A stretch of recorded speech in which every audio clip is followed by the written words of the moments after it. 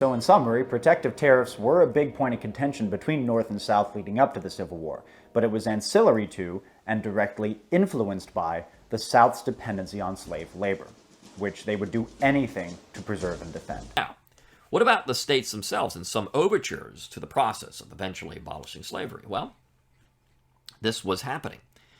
We know in 1864, and I'll just use this as an example, the 1864 Kenner Mission.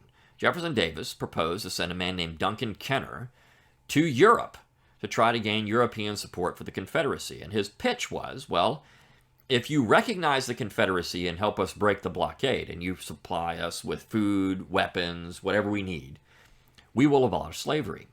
And there is a very famous exchange between Jefferson Davis and the governor of Virginia where they actually discussed this. And the governor of Virginia said, I will do all I can to make this happen if we can have our independence.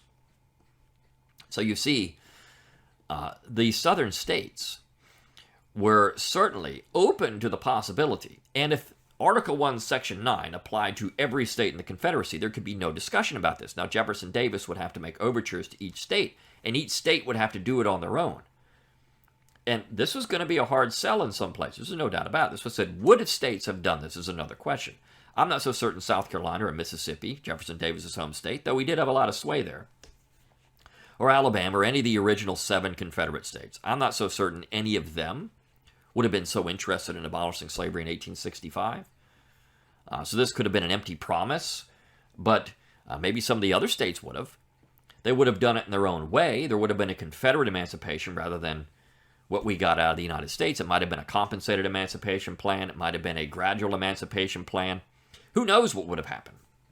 We know Lincoln was actually interested in those ideas.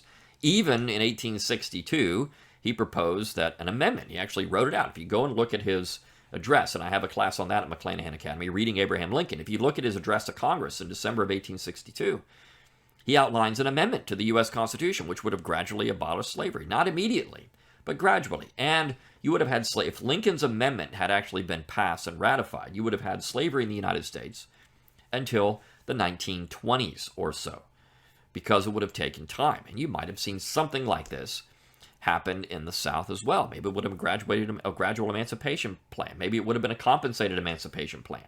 Who knows? But you would have had something, maybe an amendment to the Confederate Constitution making this possible. Something would have happened.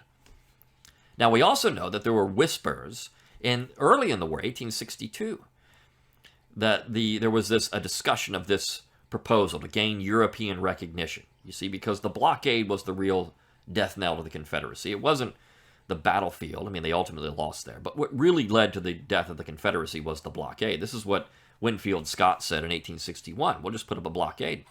They can't get their cotton out. They can't get food in. They can't get weapons in. They can't do any of that. It's going to choke them.